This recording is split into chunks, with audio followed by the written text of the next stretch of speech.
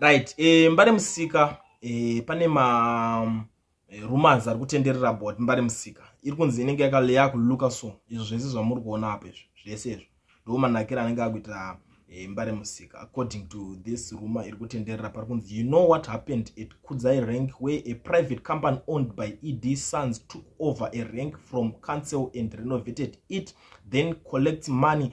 It's the same situation you face. Mayor Mafume is aware of the deal. Let him argue, then we expose details. Hashtag land barons at work.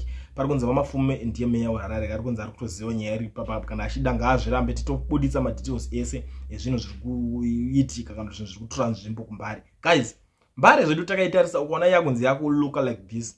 Inenge yato nzvimbo yakanaka. Honestly speaking, zvisina ma feelings kuti chinchi inenge yatongo nzvimbo yakanaka. But because of chichi unongoza zvinhu zvese kasosika zvafana nemvura kwanziyo enda unomwa mvura ichero nenyota vonzi mwa mvura iri muchemba zvingokufilire bozo unongoti mvura iri pai imvura zvayo iri kutonhorera zvayo but pairi manje source ndo zvinhu zvinenge zvichidoubtwa nevanhu kunzi guys chero tikataurirana zvedu tikasimbisana but kwamuri kuda kuti kubve nesource yacho weronzi izo iri kuita zvinhu izvozvo ndo anenge ari ma1 but ndo nyaya iripo ndo rumors riripo riri kutenderera iko zvine zvama dzadiwa saka ndangoti ndidarike nepanapa ndichikuonesai zvimwe zvinhu zviripo kuti kana makuzoona ma changes akuitika munogara muchiziva kuti zviri kubva nekupi zvichienda nekupi.